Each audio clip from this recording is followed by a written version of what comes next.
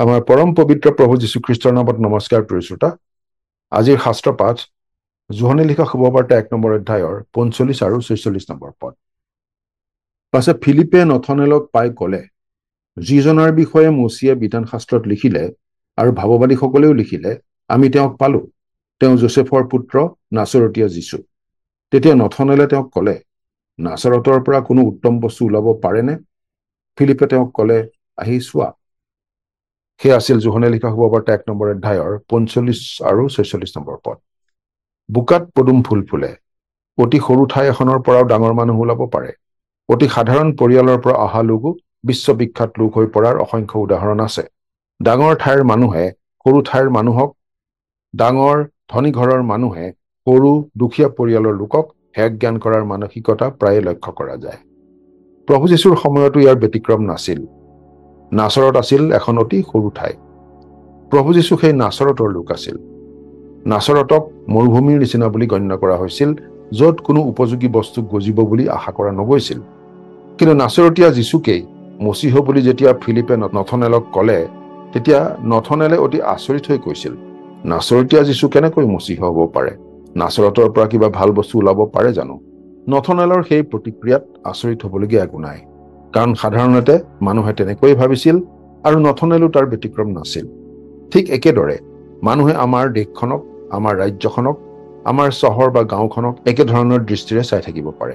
সেই দেশৰ পৰা, সেই ৰাজ্যৰ পৰা, সেই চহৰ বা গাঁওখনৰ পৰা কিবা ভাল আহিব পাৰে নেকি বুলি মানুহে ভাবিব পাৰে। আমি হয়তো এনেকুৱা ঠাইৰ লোক যি ঠাইক অতি হেয়জ্ঞান কৰা হয়, য'ত ভাল একো উৎপন্ন নহ'ব বুলিহে আশা কৰা হয়। কিন্তু আমি মনত ৰখা উচিত যে নাচৰতৰ দৰে সৰু আৰু অৱহেলিত ঠাইৰ পৰা প্ৰভু যীশু ওলোৱাৰ নিচিনাকৈ আমাৰ সৰু ঠাই বা সৰু পৰিয়াল এটাৰ পৰাই ঈশ্বৰে আমাক অতি সন্মানজনক স্থানলৈ লৈ যাব পাৰে। আমাৰ জীৱনত ঈশ্বৰে তেনেদৰে আচৰিত ধৰণে কাৰ্য কৰি আন মানুহবোৰক আচৰিত কৰি দিব পাৰে। যেনেদৰে নথনেল আচৰিত হৈছিল নাচৰতৰ পৰা মচিহজনৰ উৎপত্তি হোৱা বুলি শুনিবলৈ পায়।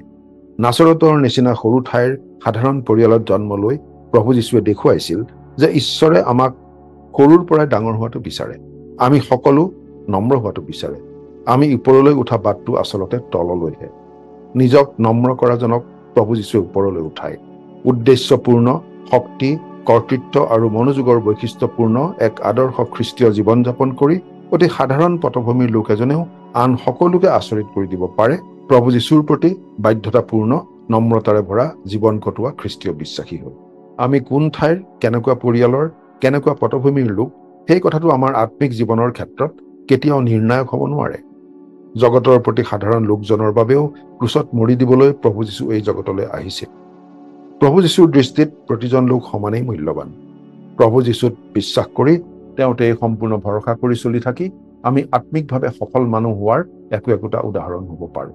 লাগিলে আমাৰ পটভূমি যিয়েই নহওক কিয়।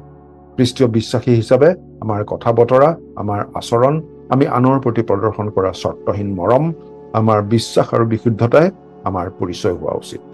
প্ৰাৰ্থনা কৰিম। স্বৰ্গত থকা মৰমীয়াল পিতৃ ঈশ্বৰ, আমি আমাৰ জীৱনৰ আচৰণৰ যোগেৰে যাতে একোটা ভাল খ্ৰীষ্টীয় আদৰ্শ স্থাপন কৰিব পাৰোঁ, আমাক এনে সহায় কৰা। আমি যেন বাক্য, আচৰণ, প্ৰেম, বিশ্বাস আৰু পবিত্ৰতাৰ ক্ষেত্ৰত আদৰ্শ স্বৰূপ হ'ব পাৰোঁ, আমাক এনে সহায় কৰা। তোমাৰ নিখুঁত ইচ্ছা আৰু উদ্দেশ্য অনুসৰি যাতে জীৱন কটাই থাকিব পাৰিম, আমাক এনে আশীৰ্বাদ কৰা। আজিৰ দিনটো তোমাৰ হাততে গতাইছোঁ। ত্ৰাণকৰ্তা প্ৰভু যীশুৰ নামত, আমেন।